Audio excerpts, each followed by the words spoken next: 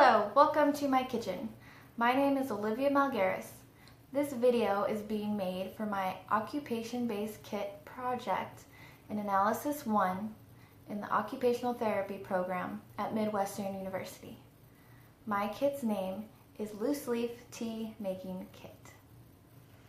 In my kit, I have these following objects. I have my small tea jar, which for me is made out of Tupperware. Lightweight plastic, has a pop top. I have my small scoop, which is a measuring scoop, 1 tablespoon to be exact. It is appropriate for the size of my tea ball that I use. I have the loose leaf tea itself. This has just leaves in it with a few small pieces of pineapple. Some tea, especially loose leaf, will have larger pieces at times. I also have a mug, which is a glass mug. It is used for hot tea. If you're making tea that is with ice, it might be using a different cup. I also have my electric tea kettle, which is very lightweight, made out of stainless steel.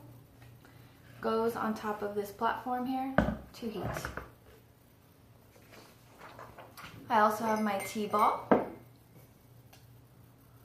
which you squeeze to open.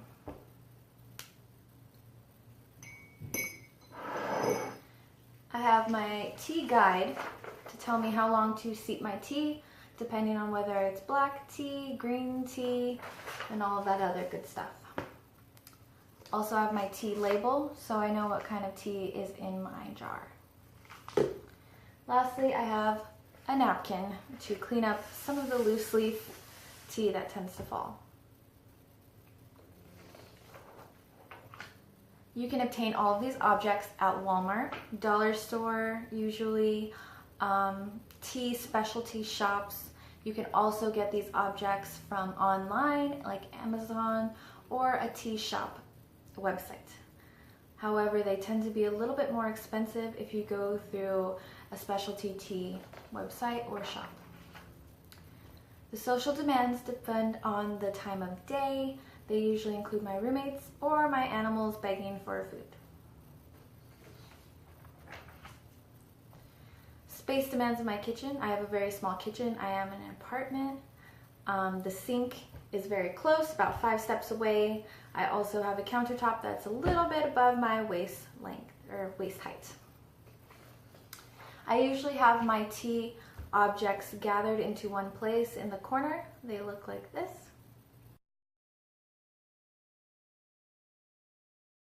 The steps of my tea project go as follows. First, I turn on the water, which I have already done so. I fill my tea kettle, which is a pop top.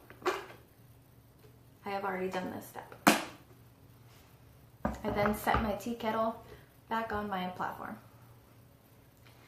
I remove the lid from my tea jar or tea Tupperware. I then scoop my tea, shaking out the excess leaves. Open my tea ball. Put the tea inside, leaving it in the cup. I then close my tea jar to keep my tea fresh. Then I push start on my tea kettle. Usually takes about 3 minutes to heat.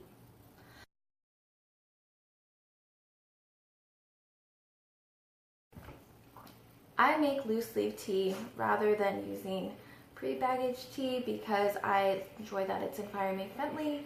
I enjoy that I can be a little creative and mix different teas together as I like for different flavors. Some other people will use this kit for other reasons, such as if they have allergies.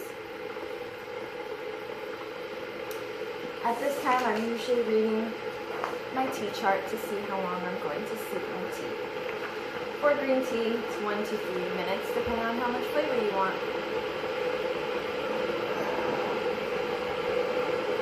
I then pour my water into my cup.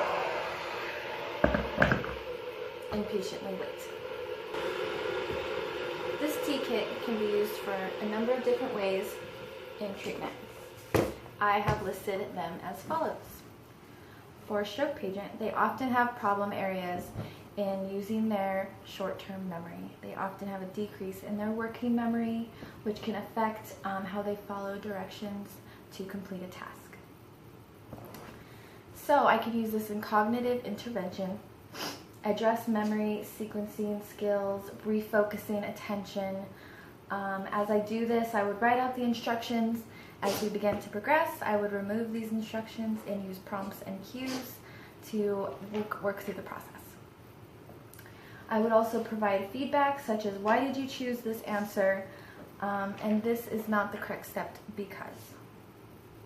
I could also use this in the rotator cuff injury, so they often have problems with limited range of motion, also limited function. I would use this in sensory-motor intervention. Short term, our goals would be to restore limited range of motion, which, as you can see, I often have to move across the surface to reach for my objects.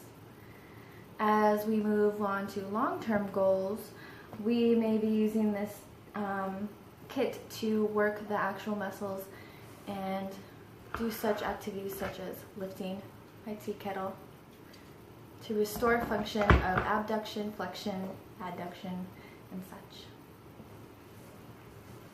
Of course, with a rotator cuff injury or any physical injury, it would also be considering the severity of the injury and how soon we would do this. Thank you.